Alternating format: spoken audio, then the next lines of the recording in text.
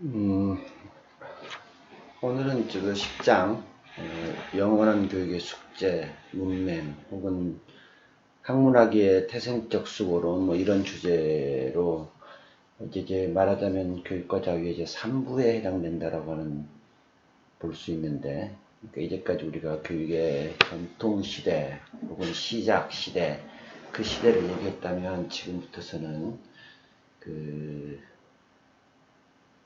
미래라고 그럴까요? 영혼의 교육은 앞으로 어떻게 가야 될 것이냐, 이런 관점에서 몇 챕터를 볼까 합니다. 그래서 오늘 첫 번째 문맹이라는 문제에 대해서 다시 한번 생각을 좀 해보려고 해요. 대한민국의 교육 기적에 대해서 우리가 얘기를 했죠.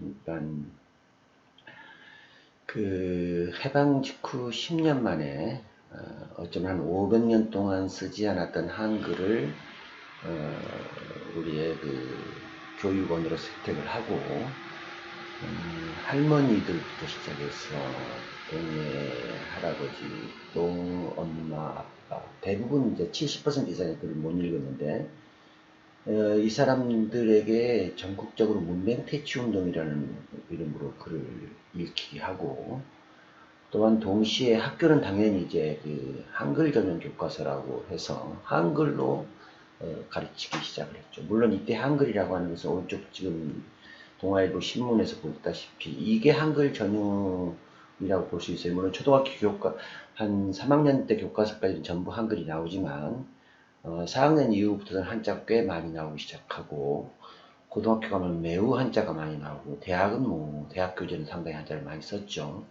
어쨌든 간에 우리의 그 이제 말글, 다시 말해서 글자와 말의 그 중심이 한글로 이루어졌다. 이런 걸 통해서 한 10여 년 만에 문맹자를 완전히 퇴치했다라고 하는 신문 기사가 여기 오른쪽에 있습니다. 그리고 이것이 그 교육열이라는 이름으로 여러분들에게 지금 우리가 알고 있고, 이 교육열을 통해서 교육이 급속한 발전을 이뤘고 오늘날과 같은 우리의 그 경제 번영을 가져왔다. 그래서 결국은 가난을 극복하는 가장 중요한 열쇠가 교육이라고 하는 인류사적인 어떤 그 증거를 대한민국이 보였다. 그리고 이러한 그 우리가 이제 교육을 통해서 개인을 발전시키고 국가를 발전시키도록 하는 이런 그 역사적인 전통은 우리 유교 문화를 통해서 충분히 나타나져 있다. 그렇게 이제 배웠어요. 그리고 그것은 공자가 지금 오른쪽에 있는데, 공자를 모시고 또 우리 지금 뭐그 1,000원짜리 그 집회에 나오는 이율곡 선생님 같은 이런 그 동양의 생자들을 통해서 우리가 공부를 통해서 인간이 완성되고, 그 인간이 훌륭한 군자가 되어서 개인뿐만이 아니고 그 집단, 국가, 사회의 발전을 가져온다라고 하는 이런 그 유교 문화를 확실하게 완성을 시켰죠. 그리고 문명퇴치라는 기적은 세종대왕이 만든 한글을 통해서 이루어졌다. 물론 이 한글이 도대체 어떤 관점에서 만들어졌으며 어떻게 다르길래 우리에게 이런 기적을 가져왔느냐라는 것은 여전히 생각해볼 점이 많고, 지금도 해결되지 않은 숙제라고 봐야 되겠죠. 이건 여러분의 그 숙제가 아닐까 이렇게 생각합니다. 몇 차례에 걸쳐서 얘기했지만 이 글자를 배운다는 것, 그리고 그것이 교육이라고 하는 것에 대한 증명은 역사를 통해서 여러 가지 증명되는데, 이제 오른쪽에 몇 개 보여지는 그 잊혀진 위대한 역사 앙코르왓이 종종 여러분 아마 저는 아주 굉장히 아주 쇼킹했던 그 교육적 경험이었는데, 이렇게 제 아래 보다시피 글자가 없어서 역사의 모든 기록을 이 돌에 부조를 새기면서, 지금 이 부조가 굉장히 화려한 예술이다, 어떻게 그렇게 어마어마한 예술을 만들었냐고 하지만 사실 어떻게 보면 슬픈 얘기죠. 그리고 이런 이들이 어떻게 해서 저렇게 위에 어마어마한 당시 인류 최고의 그 토목학적 기술을 이용해서 저렇게 거대한 사원을 여기 칠 수 있었는 것 같아요. 우리 좀 저기는 더군다나 이게 습지였는데 그 습지 위에다가 어마어마한 돌 구조물을 세운 거에 대한 그 기록은 전혀 남아있질 않아요. 남아있질 않고 완전히 정글에 이렇게 묻혀있고 지금도 꽤 많은 사원들이 지금 여기 보다시피 가운데 그림을 보다시피 이렇게 나무 뿌리에다 그냥 묻혀버렸어요. 그런가 하면 우리는 이제 왼쪽에 보다시피 이집트 상형 문자로부터 시작해서 그 다음에 위대한 그 수메르 문명을 만들어낸 우리 흔히 아는 함무라비 법전으로 알려져 있는 수메르 문명을 알려진 쐐기 문자, 그러니까 음절 문자예요. 그러니까 서양의 한자와는 다른 모음과 자음을 구분해서 표현하는 음절 문자를 만든 이 문자 때문에 지금 이번 학기 내내 우리가 배우고 있는 그 서양의 헬레니즘이 시작됐고 서양의 과학까지도 연결될 수 있었다. 물론 다시 말하자면 이런 음절 문자의 최고봉은 한글이죠. 어쨌든 이렇게 어떤 글자를 통해서 모든 사람이 지식에 접근한다. 이걸 이제 묻는 거죠. 그런데 이건 정말 중요한 문제인 거죠. 제가 중간에 장미의 이름이라고 얘기했고 요약 인용해 온 건데 여러분 움베르토 에코의 유명한 소설이고 영화가 됐죠. 한번 틈 있으면 꼭 이 영화를 보기 바랍니다. 이 영화는 이제 당시 수도원에서 금서로, 이 당시 금서라고 하는 것은 플라톤, 아리스토텔레스, 특히 아리스토텔레스 등과 같은 그 자연 철학, 그러니까 신학과는 조금 다른 결을 가진 그런 책을 보면 죽는다. 그 이야기를 모티브로 해서 만든 영화인데 여기에 이런 구절이 있어요. 그래서 비로소 대답하거지만 우리에게서 사라지는 것들은 그 이름을 뒤로 남긴다.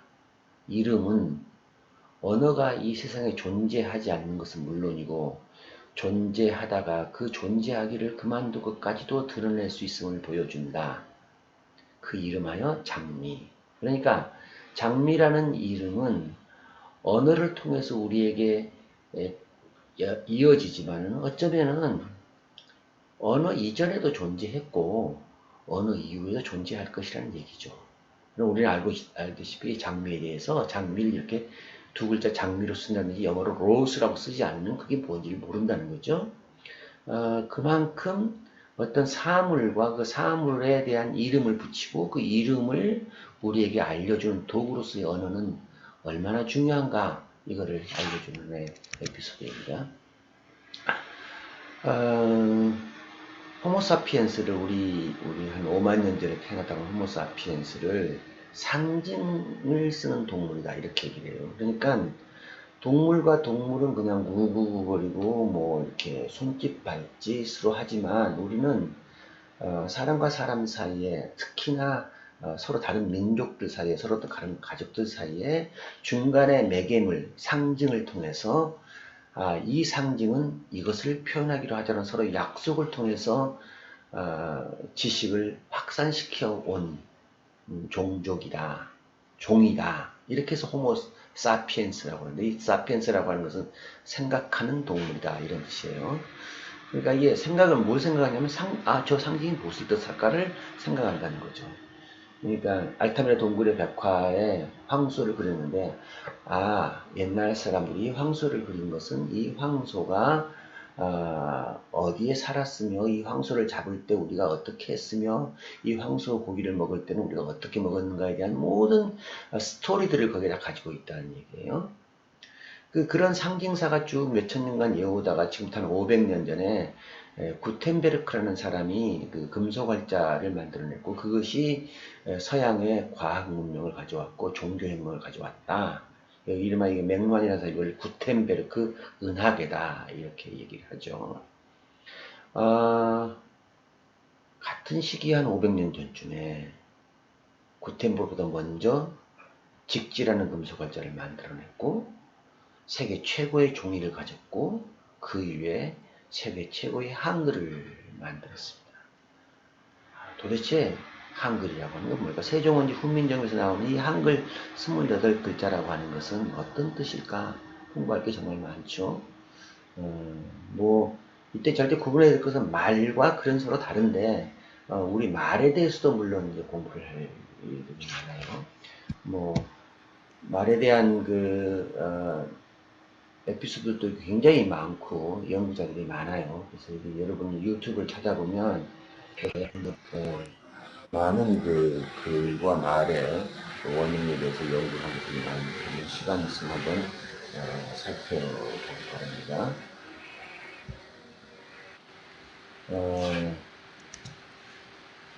여기서 잠깐 우리가 우리 옆에 우리하고 감정적인 관계를 많이 갖는, 역사적 관계를 많이 갖는 일본 얘기를 잠깐 생각해 보세요. 일본이 우리하고 왜 이렇게 역사적으로, 정치적으로, 군사적으로 이런 안타까운 관계를 유지하고 이게 다 말과 글의 얘기하고도 관계되어 있습니다. 물론 히에다노 아래 혹은 일본의 역사책 고사기 혹은 일본서기 얽힌 얘기는 우리 아주 위대한 소설가 중 한 명이었던 최인호 씨의 잃어버린 제국이라고 하는, 그 당시 잃어버린 제국이 백제 제국을 얘기하는데, 백제 제국의 스토리를 통해서 전달되어 있습니다. 여기 잠깐 일본 그림 지도책을 보면 저 아래 최초의 출발이 미야자키에 여기죠. 여기 미야자키에서 가볼까요? 여기 미야자키에서 출발을 했는데 이제 한 백제가 망하기 전까지 한 1500년 전까지 600년 700년 때까지는 일본이 이제 주로 여기에 이제 오늘날 일본은 동경 여기에 이제 있죠. 여기는 오사카고 이제 동경은 이쯤 되겠죠. 동경은 이쯤 되는데 이것이 백제가 망하고 난 다음에 백제의 의자왕의 누이였다고 하는 사이메이 여왕이 백제를 치기 위해서 이렇게 나라를 여기까지 옮겨옵니다. 옮겨왔다가 여기서 이제 전쟁을 몇 번 쪽하고 전쟁을 벌이죠. 벌리다가 실패하고 결국은 여왕은 죽고 첫 번째 아들도 유언을 받아서 싸우다가 두 번째 아들이 항상 이제 둘째 아들이 이제 서름에게 어서 드디어 이제 형수를 뺏고 역사를 새로 쓰면서 이 수도를 일본의 수도를 여기 있는 이 나라 오사카 지역으로 여기 관서지방으로 여기 옮기죠. 이때가 한 600년, 700년 정도입니다. 그리고 신라로부터서 저쪽 신라로부터서 학자를 불러서 일본 역사를 다시 쓰고 일본 역사를 처음 쓴 것이 고사기라는 역사. 고사기고 고사기를 쓰고부터 한 몇 년 좀 있다 다시 또 일본서기를 또 써요. 일본서기를 쓰는데 그러니까 신라 통일을 해서 신라랑 국교를 맺고 백제를 완전히 이제 역사를 끌어내는 일본사에서 그 전까지 일본이 신화의 세계예요. 당군 세계에 살았던 거죠. 그런데 이거를 뭔가 좀 새로운 역사를 만들었다. 우리는 더 이상 이제 한반도하고는 관계가 없는 역사다. 그래서 하늘로부터 내려온 역사다. 요거를 이제 역사책을 씁니다. 그럼 그 전까지는 일본은 그런 역사를 어떻게 기록을 어떻게 해왔느냐? 말로만 해왔던 거예요. 이 말로 뭐 우리 보통 왜 제사 때 만나는 할아버지 할머니께서 뭐 우리 할아버지는 누구고 어머니 누구고 뭐 위대한 선조가 있었는데 지금 이러하니 너희들은 어떻게 살아야 된다 이런 얘기를 하잖아요. 이게 이제 우리 가르치는 교육이라고 하는 건데 이걸 역사라고 합니다. 이 역사를 일본에서는 어떻게 했냐면 오른쪽에 이쁜 여자가 있어요. 이 이쁜 여자를 히에다노 아레라고 하는 이 이쁜 여자인데 이 여자는 늙질 않아요. 영원히 이렇게 예쁩니다. 그리고 나이가 들면 다시 이제 산으로 들어가서 다시 환생을 해서 다시 살아와요. 오늘날 이제 일본의 뭐라고 그러나요? 기생, 갑자기 생각이 안 나는데 일본말로 그것의 뭐 전통이라고도 얘기합니다. 이 여인이 아주 기억력이 뛰어나서 새 왕이 등극할 때마다 1년에 제사를 지낼 때마다 너희 선조는 이렇게 해서 위대한 역사를 오늘에게 넘겨줬다라고 하는 이야기를 스토리텔링을 합니다. 이 스토리텔링을 이제 처음으로 720년, 710년경에 와서 일본의 건국 신화를 이제 책으로 씁니다. 이게 고사입니다.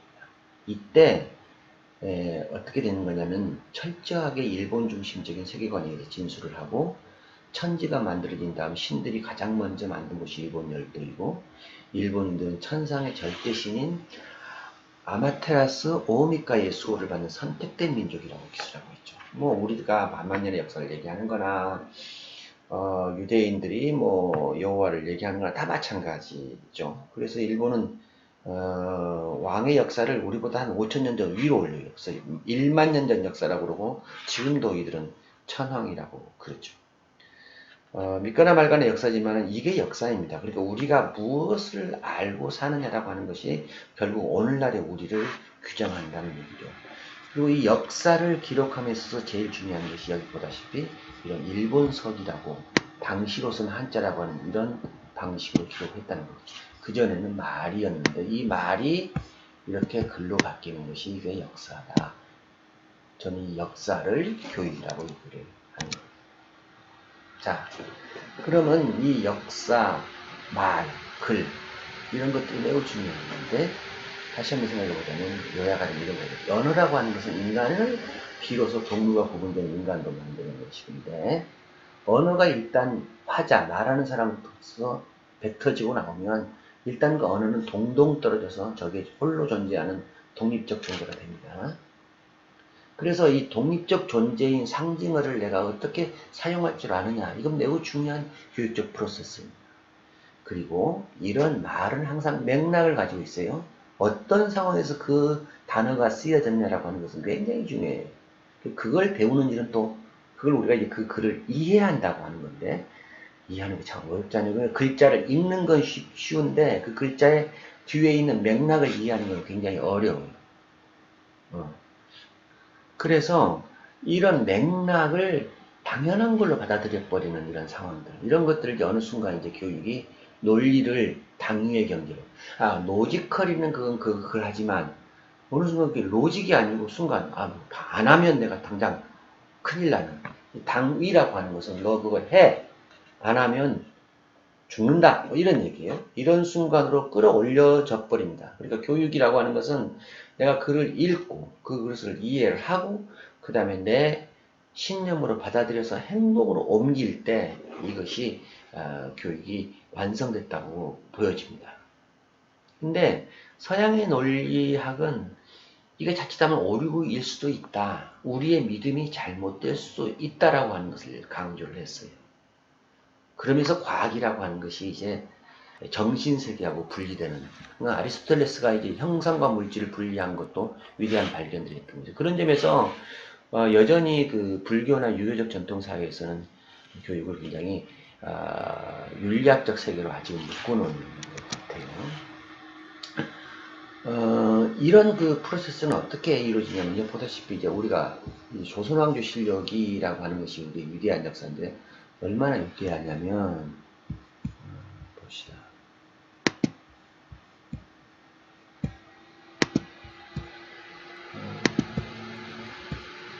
지금 안 가는데 여러분 실록사를 한번 펴보세요. 실록에는 지금 이렇게 써져 있어요. 이런 식으로 한다. 여러분 이거 읽을 수 있나요? 쉽지 않죠. 여기다 약간 이렇게 구조점을 찍기는 조금 읽기가 쉬워요. 여전히 읽겠죠. 근데 이걸 이제 아래쪽에 이렇게 번역을 해봅시다.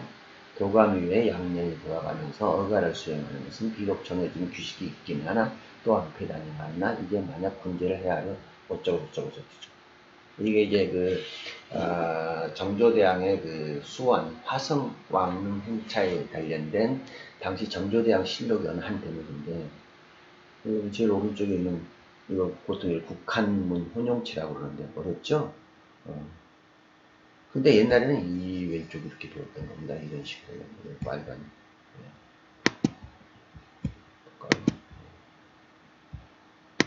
이렇게 어우 그래, 이런 식으로 배워서 이런 식으로 해석을 하고 다시 그걸 완전히 내 것으로 해석하는 과정, 이 과정이 이 교육적 프로세스라고 합니다. 어떻게 말하냐면 공자께서 이렇게 얘기한 거예요.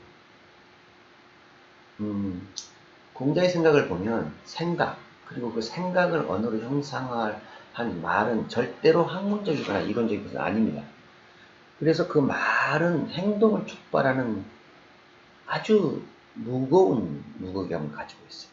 그래서 공자의 생각으로는 말이라고 하는 것은 행동을 넘어설 수 없고 행동은 그 말의 의미를 넘어서지 않는다라고 하는. 그러니까 언행일치라고 하는 걸 우리는 매우 강조합니다. 자, 그 언행일치가 되면 말이 굉장히 어려워져요. 그래서 우리는 동양적 사회에서는 말을 많이 하는 것을 굉장히 금기시합니다. 그래서 침묵을 훨씬 더 중요하게 생각해요. 말 잘못하면 큰일 나는 거죠. 그런데 이제 이 자연과학 세계에 들어오면 말과 생각을 분리를 하고 행동과 또 논리를 또 분리를 하기도 합니다. 잠시 내 말이 잘못된 것에 대해서 좀 마음의 평안을 얻는다고 할까요? 그러니까 글과 말을 또 다시 분리를 해내는 거예요. 근데 이걸 분리를 했지만 궁극적으로 하나라고 하는 생각을 갖는다는 것이 우리가 굉장히 괴로운 일입니다. 그리고 공부라고 하는 것은 이 둘을 분리했다가 다시 합치고 뜻을 연결시키는 과정이니까 쉽지가 않은 거죠.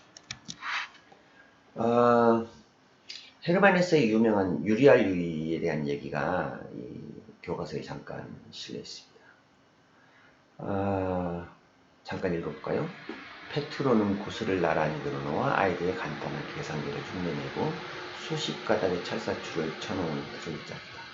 그 철사줄의 갖가지 크기와 빛깔과 모양의 유리알을 늘어놓았다. 철사줄은 5손보의 유리알은 음의 장단에 해당하는 셈이었다. 이리하여 그는 음악상의 인용이나 작상한 주제를 유리알로 구성하고 바꿔놓고 변조시키고 발전시키고 변화시키고 다른 주제를 대립시켰다. 그것은 기술적인 점에서는 하나의 유희에 지나지 않았으나 학생들이 이것을 좋아하고 모방하여 유행하게 되었다. 영국에서도 마찬가지였다. 뭐 이런 얘기입니다.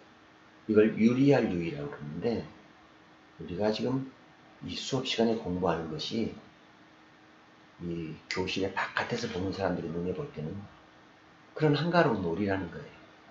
근데 이런 한가로운 놀이를 통해서 우리는 뭘 배우냐면 그 안에 음악도 배우고 그 안에 있는 즐거움도 배운다는 거죠.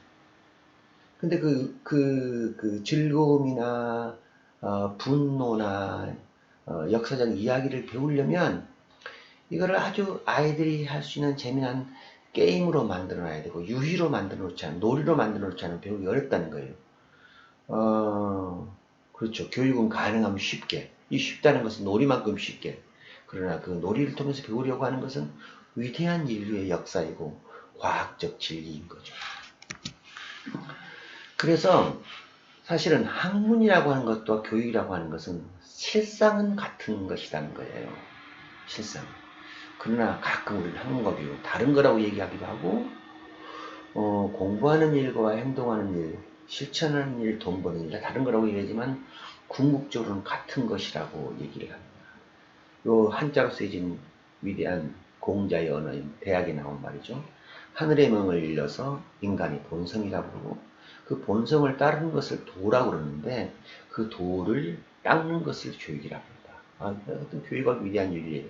근데 이 도를 닦는 일도 쉽지가 않고 그 도를 따르는 일도 쉽지 않으니 본성을 따라서 행동하는 하나님의 뜻 아니면 자연의 법칙 혹은 마땅히 해야 될 바를 한다는 것은 정말 어렵다는 거예요.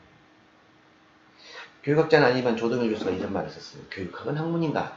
남들의 기존 지식이나 이론을 수입하는 활동도 학문으로 인정해야 된다면 우리 지금 한국의 교육학이 남들이라고 하면 서양을 얘기하는 거죠. 그렇다면 학문인데 그 경력이 화려할 뿐이란 얘기예요. 우리의 전통 학문이 공자 같은 경우도 있을 거고요. 뭐 율곡의 얘기 혹은 뭐 위태계의 얘기. 이래서 우리 오늘날의 문제를 다루고 그 주체성과 세계성, 주체성은 우리 것이고 세계성은 보편적 진리를 갖춰서 이론 창조의 작업, 그러니까 우리 입시교육이 먼저 문제가 있다면 이 입시교육의 문제를 풀어낼 수 있는 어떤 위대한 창조를 해내지 못한다면 사실은 학문이라고 할 수 없다. 뭐 이런 얘기. 뼈아픈 얘기입니다. 저는 새겨듣죠. 그리고 저는 이번 학기를 통해서 여러분들에게 이런 교육학의 그 본질적 숙제를 알아야 참다운 선생님으로서의 기본적 가치를 갖춘다. 이런 얘기를 계속해서 하고 있는 거예요. 그래서 유용성을 지향하는, 다시 말해서 외제적 목적을 가지는 교육은 제도에 의해서 만들어진 교육의 불가피한 숙명이다. 첫 시간에 교육 제도의 아름다움을 얘기했지만 그것은 교육의 불가피한 숙명이에요. 중세대학이 외제적 목적인 법학과 의학에서 시작했지만 궁극에 가서는 자연과학적 진리로 만들어 갔듯이 말이죠. 다시 한번 생각해 봅시다. 교육기관에서 학교의 발달은 절대로 초등학교, 중학교 수로 된 것이 아니고 그 반대였다. 학문에서 시작됐다. 대학에서 시작됐다. 그런데도 불구하고 다시 학문은 초등교육이 없으면 존재가 불가능했고 반대로 또한 교육 또한 초등교육 또한 대학이 없으면 교육 또한 학문이 없으면 불가능했다. 그러므로 여기 이제 교과서에 장상호 교수의 그 이제 상구하어론이라든지 이제 품계론 같은 것들이 많이 나오는데 교육이라고 하는 것은 최상의 학문적 품위를 인정하고 그걸 단순히 숭배하는 것이 아니고 거기에 이르는 매 단계의 과정을 얘기하는 거다. 이 천재들을 우리는 이제 교육의 완성이라고 그러지만 여기 보세요. 여러 종류의 천재들이 있어요. 세종대왕도 있고 알키메데스도 있고 모차르트도 있고 공업진대사도 있고 김연아도 있고 비도 있네요. 이 중에 누구는 학자이면 누구는 음악가인가요? 다 같이 우리는 합쳐서 천재들이라고 합니다. 요 단계에 이르를 때 교육이 완성된다고 그러는데 수많은 노력들을 통해서 이루어졌죠. 그렇다고 해서 김연아가 아인슈타인의 상대성 원리를 공부하는 건 아니에요. 그렇죠. 레오나르도 다빈치가 과학도 했지만은 스티브 잡스의 그런 애플 컴퓨터를 이해한 건 아니에요. 유일고 선생도 마찬가지죠. 당대에 다 필요한 최고의 인류적 문제를 해결한 사람들이라는 거죠. 그 방법이 무엇이든요. 그리고 그 방법 중에 우리가 뭘 배우고 있냐면 현재로 쓴 글자와 숫자를 배우고 있는 겁니다. 그래서 공부라든지 학문이라고 하는 것은 본래적으로 어려운 일이에요. 수고로운 일이에요. 본래적으로. 절대로 공작가서 얘기했듯이 즐거운 일들이 아닙니다. 낙이 아니에요, 이게. 오죽했으면 공작가서 중간에 이것도 중간에 여러 번 했죠. 들어와서 효도하고 형제들과 우애하고 나가서 사람들을 사랑하고 그리고 혹시 힘이 남으면 글자를 배워라. 그 글자를 배우다 보면 궁극에 가서 어떻게 된다고요? 학문에 이르게 되고 궁극에 가서는 천명을 따르는 군자가 된다. 이런 다시 한번 문자의 세계로 돌아가 볼까요? 소크라테스와 플라톤의 사이를 갈라놓고 있는 음성적 세계와 문자적 세계. 이걸 구텐베르크 근학이라고 해요. 그러니까 이제 말과 글이 달라지는 세계. 이 갈라졌다라고 하는 것은 발전됐다라고 봐야 되는 것이지 그렇다고 해서 무엇과 무엇이 더 낫다 안 낫다는 뜻은 아닙니다. 어쨌든 플라톤이 글자를 쓰고 난 이후 플라톤은 소크라테스를 넘어섰고 그리고 그 이후부터는 글자는 우리로부터 점점 어려워지는 언어적 세계로 만들어졌습니다. 그리고 학문은 언어적 기반으로 날로 추상화되었고 언어적 질서가 초래한 수학적 질서는 더욱더 오감을 사용해서 우리가 편하게 소통하고자 했던 세종대학교에서 얘기했던 느리고자 홀게 있어도 서로 소통하지 못하는 것이 내가 너무 안타까워서 이제 이 글을 만드니 쉽게 배워서 하고 싶은 말들을 만들어 하세요 라고 했던 이런 인간의 꿈이 왠지 아직까지는 저 먼 꿈으로 남겨있는 것이죠. 공부는 어려운 거예요. 공부는 어렵지만은 우리는 그 공부를 어떻게 하면 좀 더 쉽게 해보려고 노력을 한다는 거죠. 그리고 쉽게 해오는 역사 속에서 옛날에 수메르 문자에서 한자로, 한글로, 인쇄술로 이제 컴퓨터로 발전해 오기 시작하고 점점 이제 말과 글이 분리되던 세계에서 조금씩 말과 글이 서로 통합되고 화해되어 오는 과정으로 들어오고 있다는 것이 오늘날 지금 현재 우리 눈앞에 벌어지고 있는 교육의 변화의 세계입니다. 이 점에 대해서 앞으로 한 두어 주간 더 정도 공부해 보도록 하겠습니다. 자, 여기까지 하겠습니다.